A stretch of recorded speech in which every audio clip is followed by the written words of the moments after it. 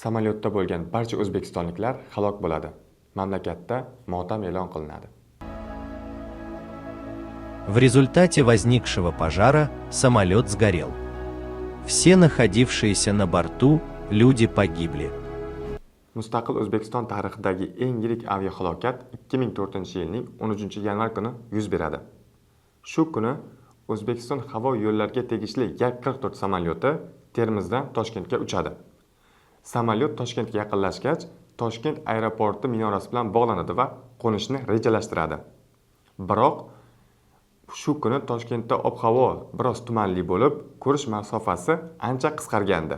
Samolyot qo'nayotganda nazoratni yo'qotadi va aeroport mayog'iga borib uriladi hamda aeroport yonidagi Qorasuv kanaliga qulaydi.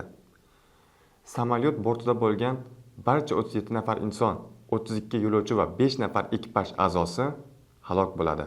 15-yanvar kuni O'zbekistonda umummilliy motam e'lon qilinadi.